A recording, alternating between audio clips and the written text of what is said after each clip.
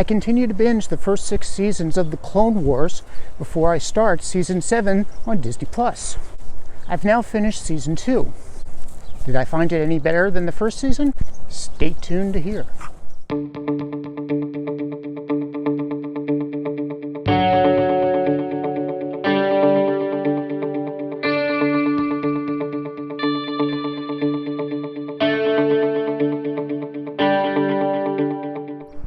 If you've seen my earlier video on the Clone Wars, you know that I wasn't much impressed with Season 1, but there was some reason to hope for Season 2. Season 1 ended on a really good note. They had introduced bounty hunter Cad Bane. I got business with the Senate. How about you fellas step aside? And Cad Bane was everything in a villain that General Grievous and Count Dooku weren't. He was smart, he was deadly, he was fierce, he was ruthless. He presented a real challenge to the Jedi.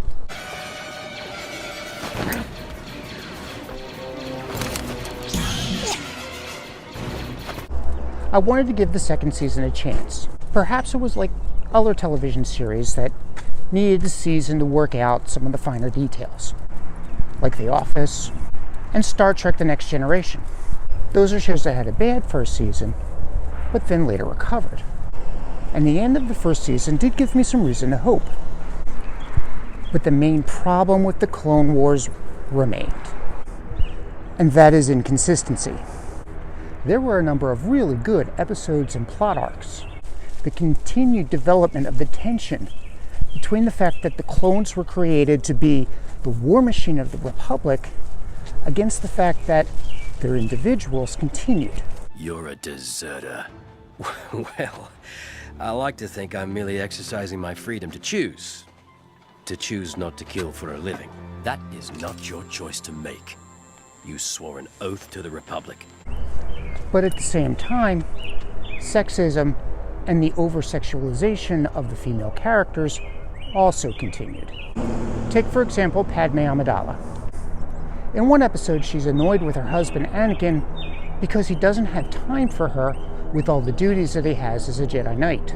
Senator Amidala. General Skywalker, you finally found some time for me.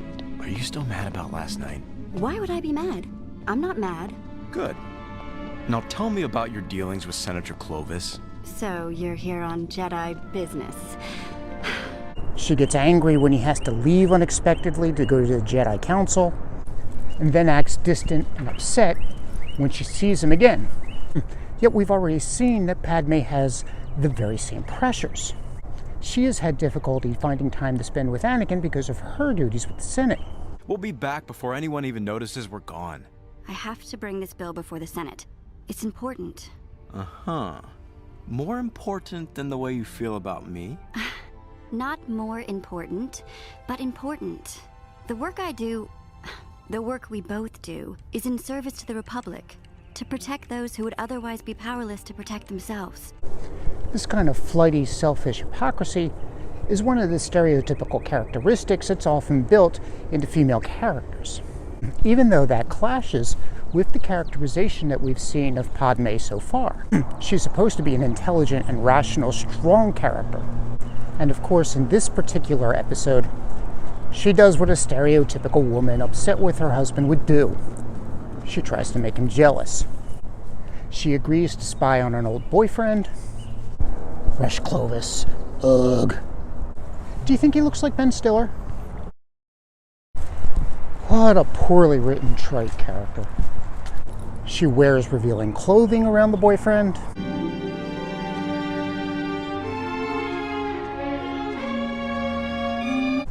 She just plays with Anakin's emotions. This is part of the overt sexualization of female characters that we continue to see in this cartoon. For example, there are droids who unnecessarily have large breasts and wide hips. An unexpected privilege. Female characters continue to wear revealing clothing.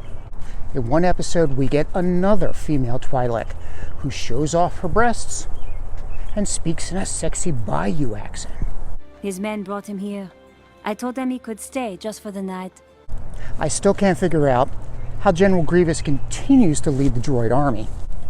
He's characterized as a fool and a coward and somebody who doesn't respect the tools that he's been given.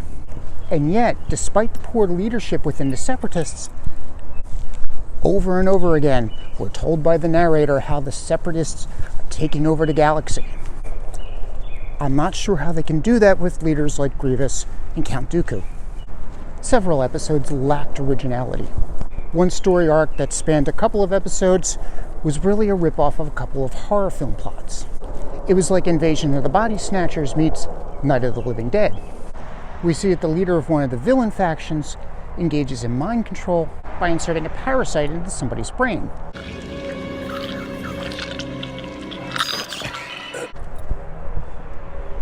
Haven't we seen that before?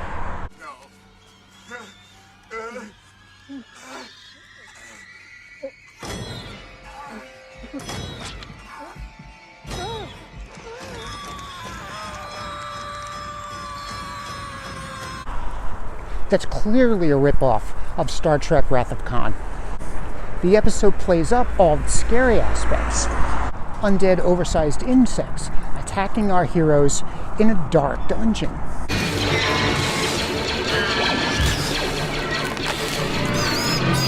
Can't stop them! And nothing our heroes can do can stop them. And then these parasites stow away aboard a ship containing only a few clones and 2 Padawans. Ahsoka's isolation is just frightening, especially when she has to deal with a friend of hers, another Padawan, who has incredible force powers and becomes a zombie due to the parasite infection. Varys, you're back. Were you successful? Varys? What's wrong? Varys, no!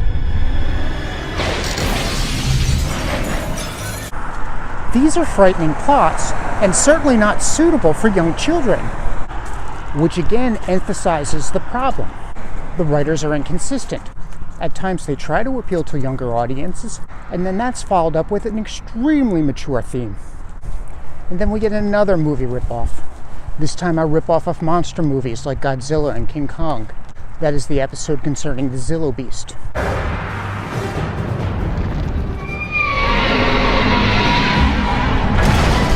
And like all monster movies, we have a highly advanced technical society that just doesn't respect nature and even uses its technology to make things worse. Just recycling old plot lines over and over again. There was one episode that was aimed more towards the younger audience that I did like. That was called Lightsaber Lost. It involved Ahsoka, who had lost her lightsaber, and enlisted a grandfatherly-like Jedi to help her find it and track down the people who stole it. Slow. You always seem to get ahead of me. The value of moving slowly is that one can always clearly see the way ahead. I liked how this older Jedi was wiser and was teaching Ahsoka the value of patience. That was an episode for younger audiences that worked for me. The writers also did a good job of introducing the Mandalorian plotline. In a multiple episode arc, the writers set up a very nice plotline contrasting the violent past of Mandalore with the desire of the current leader, Duchess Satine, to pursue peace. Master Kenobi, Mandalore's violent past is behind us. Not everyone on Mandalore believes that our commitment to peace is a sign of progress. These episodes help further develop Obi-Wan Kenobi's character, as we learn that the Duchess Satine is his love interest. But it's obvious you had feelings for her. Surely that would affect your decision. Oh, it did. I live by the Jedi Code. Of course. As Master Yoda says, a Jedi must not form attachments. It shows that Obi-Wan had to deal with the same conflict that Anakin Skywalker faces, and that is balancing the need for love and companionship in all humans with the Jedi rule that there should be no attachments. And like Season 1, Season 2 don't end on a promising note. That is the introduction of Boba Fett and his desire to get revenge on Mace Windu for killing his father, Jango Fett. Again, we see Boba Fett as a cunning, ruthless, and intelligent character who is dangerous to the Jedi. unlike the leaders of the Separatist army. And yet it's hinted that there's a conflict because he does have emotions. He doesn't want to harm the innocent, for example. That was never part of the plan. I just wanted to kill the Jedi that murdered my father. And we're introduced to a fan favorite character, Aura Singh. You boys look lost. Aura did appear in the last episode of the first season, but we didn't get much characterization of her. She was presented to us as just one of the bounty hunters in the group that was supporting Cad Bane. But in this story arc, we see Aura Singh as she raises Boba Fett. She is also dangerous and ruthless. Do it! You'll regret this! A fitting antagonist for the Jedi Order. So yeah, Season 2 had some really good strengths. I'm looking forward to see how some of these story arcs continue. It is fascinating that the best of the writing doesn't deal with the main conflict between the Jedi and the Separatists, but instead with side characters like bounty hunters. But unfortunately, that's balanced with inconsistency and poor writing. It's reinforcing that the strategy I initially employed, which was to go back and watch certain story arcs after the subject was raised in the Star Wars Rebels series, was correct. So I am both dreading and looking forward to Season 3, because it's becoming increasingly clear that I will need to sift through a bunch of crap in order to get to the quality writing. My name's Bill Kovach. I'm the creator and primary contributor to the dantooinefreepress. I'm also fighting cancer, and while I'm getting better, the fight has left me disabled.